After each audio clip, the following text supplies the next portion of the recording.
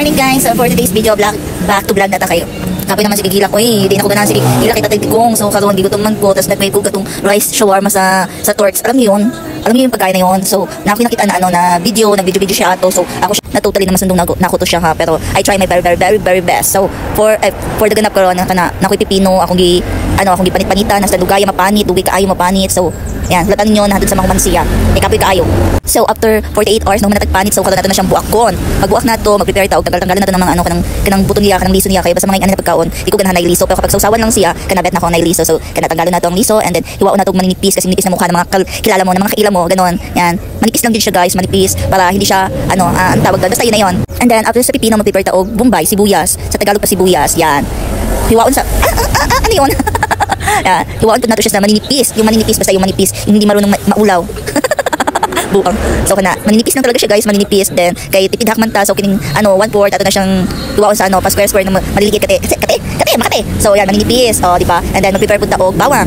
Bawang kay magigisa tayo mamaya. Gigisahin natin yung karne na itatoppings natin sa ating rice, channelan, basta yun na yun. So yan, for the hiwa-hiwa tayo ng bawang para maalis yung mga hindi tayo nakuha ng mga wakwak dyan sa tabi-tabi. And then hiwa-hiwaon lang po nato na siya and then human na. Walang to, di ba? Easy peasy. Pagkahuman nato sa mga toppings, syempre hindi siya mangyayaring hindi siya magiging tawag nito shawarma rice kung wala siya yung mga sauce. So kini lang ako mga gamiton, kining kipi. Ambot sa pagbasa nay, kipi. Basta wala na siya, then tansya lang guys for the for the measuring of mind, brains and everything. And then kay wala man tay white vinegar, so eto na lang datu puti. Yan, isa ka guys, isa ka kutsarang datu puti ang atong ibutang, atong imekos-mekos diha para lami ato ang sauce. And then after that nakakalimutan ko kanila lagay ko. Ayan, meron pala tayong honey, my love, so sweet. So isa pagka kutsarita. Ayan. And then sa piso na tani, langayam liwak ni Luna, yawa. So, unsa pa man ako ibutang ha? Ayan, nagbago yung isip ko, hindi ko pinuksan. O diba? Isang langayan na, grabe, gablag baya kaday, kapoy bayag voice over. Ayan, di ay, pamintang powder, nagbutang siya pamintang powder, and then after 48 hours, na paibutang bayana. Uy, Luna, noon sa ka, langayan na, ni mo, indoy, noon sa ka, ikadoy. Ayan, asin. Kaya gi-prepare ang mga ibutang. So, madugay dito tani, malangay tani, tas ang si Meta, then mekos-mekos, yan, mekos-mekos. And then, napaka-ibutang anak guys, hulat sa. Butangan pa na ko na siya og sesame. And butangan nato siya kamay na bawang para kumot siya, di ba? Yan naman jud na basta gusto ko lami kailangan jud og bawang. And then butangan pa na ko na siya og sesame. Mao na siyang pinakalas. Kay duha man natong kailangan na sauce, so kana lang nato na siya, divide by 2 lang nato na siya. Gamay lang akong gibuhat guys kay lang man for the trial. So kapag hawd na kay ko, daghan na ako na pang stock, ganon. So yan.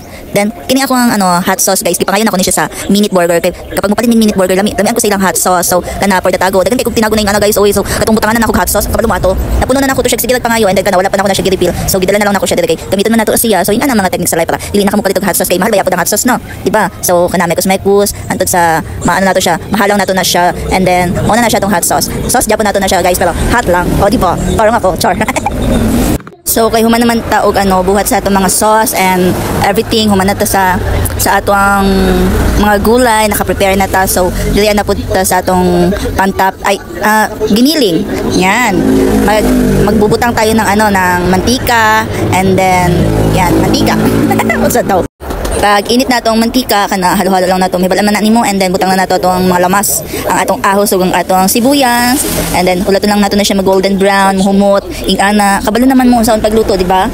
Di naman ta di naman ta mga bata, kabalo na ta. Basta pag kabalo naman mag golden brown ang ahos ug ang bombay, so sunod na po nato ilunod diha ang atong karne, syempre malamang, di ba? So kay na golden brown naman nato mga lamas, so ibutang na nato ni atong giniling na karne. Lang na siya guys, 1/4, mga ingana, 1/4, 3/4. 1/4 lagi na siya. So ingana ra kagamay atong 1/4 guys, no, grabe. Ang ibuto man gud ni si Marcos Bachor. So wala lang nato na siya na mag golden brown, dili na siya hilaw, basta kabalo na mo ana. Para magpantay ang luto, syempre mekos-mekos jud nato na siya nawa nato tas kay kahit pa man kay gikan pa man siya sa freezer. So napay gahi na part, so hulaton lang din nato na siya. Let's prepare ourselves for new beginning, charot. Basta hulaton nato na siya na siya maluto ingana, sabay butang ta sa atong mga lamas na pampalasa ana niya. So kay medyo okay naman siya, wala na kay makita na nag-mink. So butangan na nato na siya og mga pampalasa niya like kini chicken, beef na siya na kasi tawag nakalimot ko. Then butangan nato oyster sauce. Yan. Sa kapak lang na oyster sauce guys, pampalasa. And then butangan po nato na siya og toyo, and then butangan po nato na siya og paminta. So, then mekos-mekos na to and then hulato na to siya na mag bukal-bukal, mauga, ingana. Tapos okay na to siya. So, kay luto naman na tong karne. So, kana i-separate sa nato. Ibili na to ka ng iyahang mantika. Kay ato pa na siyang gamiton. So, yan. Separate sa nato. Set aside. Char. And then, dili sa nabili na mantika, dili na nato na siya hugasan. Ibutang na nato ato ang kini yung tawagan ni kanon. Butang na nato na itong kanon. Tama-tama ra guys kay for trial pa manggod nga akong ginabuhat basin unya manggod kay dili lami ba. Kabalo mo kapag dili lami at least gamay ray mausik.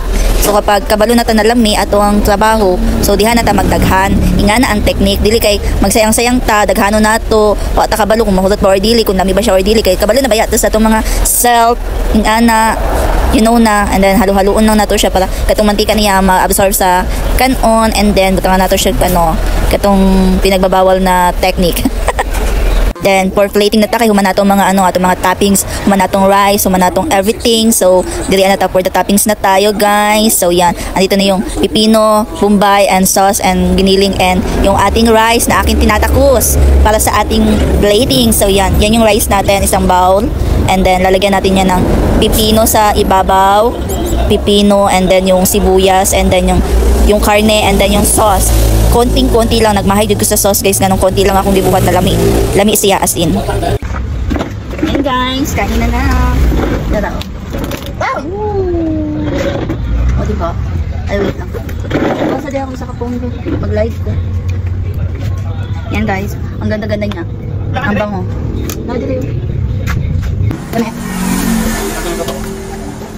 Ano guys? Okay. That's it.